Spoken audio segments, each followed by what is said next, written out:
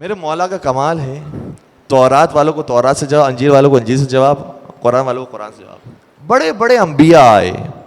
حضرت موسیٰ علیہ السلام پر تورات نازل ہوئی، انہیں تورات کو پورا علم تھا، لیکن کسی روایت میں نہیں ہے کہ حضرت موسیٰ کو جیسے تورات کا علم تھا ویسے انجیل کا علم بھی ہو.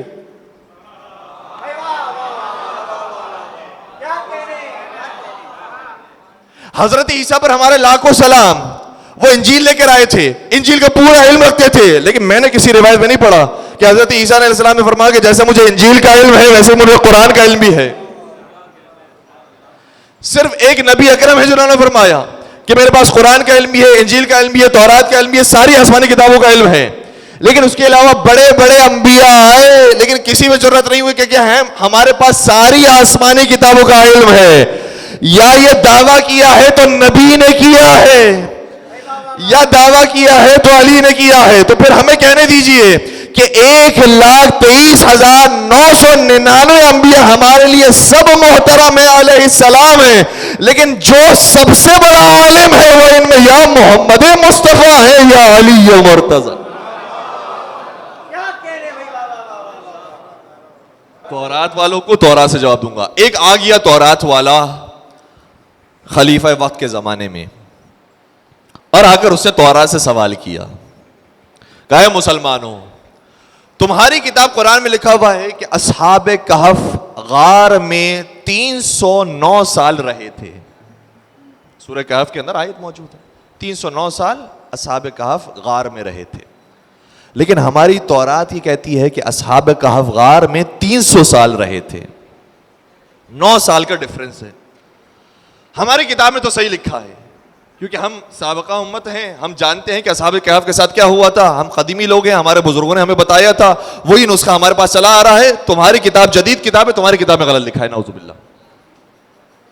اور مسلمانوں نے کہا کہ ہمیں اپنی کتاب پر پورا یقین ہے، ہماری کتاب میں صحیح لکھا ہے، تمہاری کتاب میں غلط لکھا ہے. اب یہ تو کہنا آسان ہوتا ہے ہر ایک کے لیے کہ ہماری کتاب صحیح تمہاری کتاب غلط.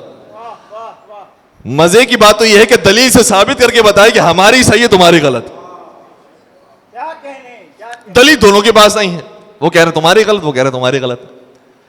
ایسے موقع پر اس مسئلے کو حل فرمایا تو اسی نے حل فرمایا جس نے منبر کوفہ میں آ کر کہا تھا میں تورات والوں کو تورات سے جواب دوں گا.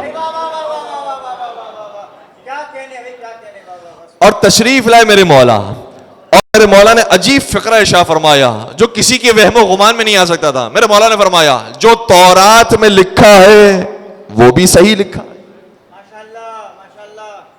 جو قرآن میں لکھا ہے وہ بھی صحیح لکھا ہے. کہ یہ تو ہو نہیں سکتا، یہ تو ایسے ہی ہے کہ جیسے 2 + 2 کبھی کوئی کہے 4 ہوتا ہے، کوئی کہے 5 ہوتا ہے. بھائی 4 ہوگا یا 5 ہوگا، یا 4 ہے یا 5 ہے. ایسا تو نہیں ہو سکتا کہ دونوں ہو جائیں. کہ یا امیر المومنین ایسا تو ممکن نہیں ہے کہ تورات بھی صحیح کہہ رہی ہو کہ وہ 300 سال ہے اور قرآن بھی صحیح کہہ رہا ہو کہ 309 سال ہے. یہ کیسے ہو سکتا ہے؟ مولا نے اس زمانے میں اس مشکل مسئلے کو حل کیا جو آج ہمارے لیے سمجھنا بہت آسان ہے، لیکن 1400 سال پہلے کسی کے وہم و گمان میں بھی یہ مسئلے کا جواب نہیں آ سکتا تھا. کسی کے وہم و گمان میں بھی اس مسئلے کا جواب نہیں آ سکتا تھا. توجہ رکھیے گا، جو اس وقت میرے مولا نے حل فرمایا ان کی کتاب میں بھی صحیح لکھا ہے، ہماری کتاب میں بھی صحیح لکھا ہے. اس لیے کیونکہ ان کی کتاب میں جو 300 سال لکھا ہے وہ انگلش کیلنڈر کے حساب سے لکھا ہے، ہماری کتاب میں جو 309 سال لکھا ہے وہ اسلامی کیلنڈر کے حساب سے لکھا ہے.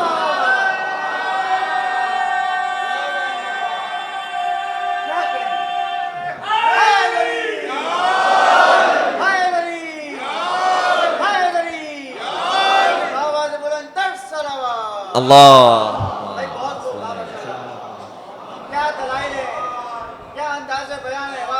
اس وقت تک کسی کے وہم و گمان میں بھی ہو سکتا تھا کہ ایسا بھی ہوتا ہے. میرے مولانا نے فرمایا کچھ شمسی سال ہوتے ہیں، کچھ قمری سال ہوتے ہیں.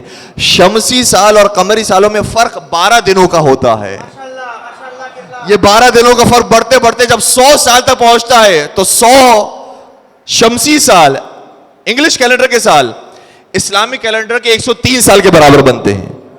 3 سال کا فرق آ جاتا ہے 100 سال کے اندر. اور جب 300 سال ہو جائیں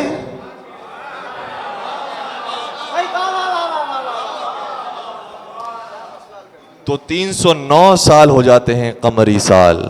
کہنے لگا اشہد ان لا الہ الا اللہ واشہد ان محمد رسول اللہ واشہد ان علی ولی اللہ، میں گواہی دیتا ہوں کہ میں مسلمان ہو گیا، اللہ کے علاوہ کوئی معبود نہیں، محمد مصطفیٰ اللہ کے رسول ہیں اور علی اللہ کے ولی اور وصی مصطفیٰ ہیں۔ اللہ